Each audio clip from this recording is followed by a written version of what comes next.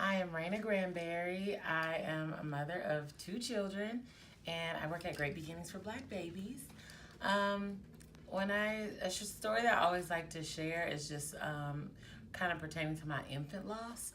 So with my first child, I was on Medi-Cal, working a part-time job, and didn't really know how to advocate for myself or really speak up for myself in this whole process of having the babies and dealing with doctors. And I believe I lost my first child as a result of it. I went into preterm labor and had to basically deliver a non-breathing child.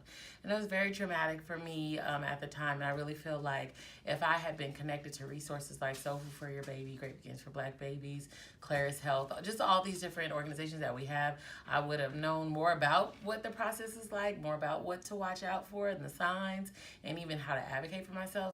I always want to encourage mothers to reach out to those entities, know what your body is saying so you can advocate for yourself with your doctors, because they know things, but they don't know your personal body. So that's one thing. And another thing I want to say is just for mothers who do experience something like that, make sure you take care of your mental health. I also had a second son who was born preterm as well. He was born 27 weeks.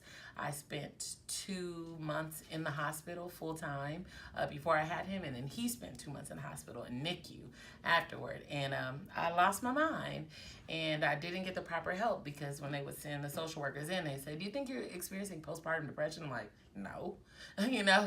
What? I'm not experiencing postpartum depression. This is just rough, and I'm having a hard time. But no, I was really in a very bad place, and like almost addicted myself to Benadryls just so I can sleep. And if it wasn't for my partner, I probably wouldn't have been able, I may have been addicted to painkillers and all that kind of thing. So just recognize what your health is. Don't be ashamed of the postpartum depression word. Don't be afraid or ashamed of the word depression or anything that has to do with your mental health, especially your maternal mental health, because your baby can experience trauma in utero. So it's just very important to take care of all of that.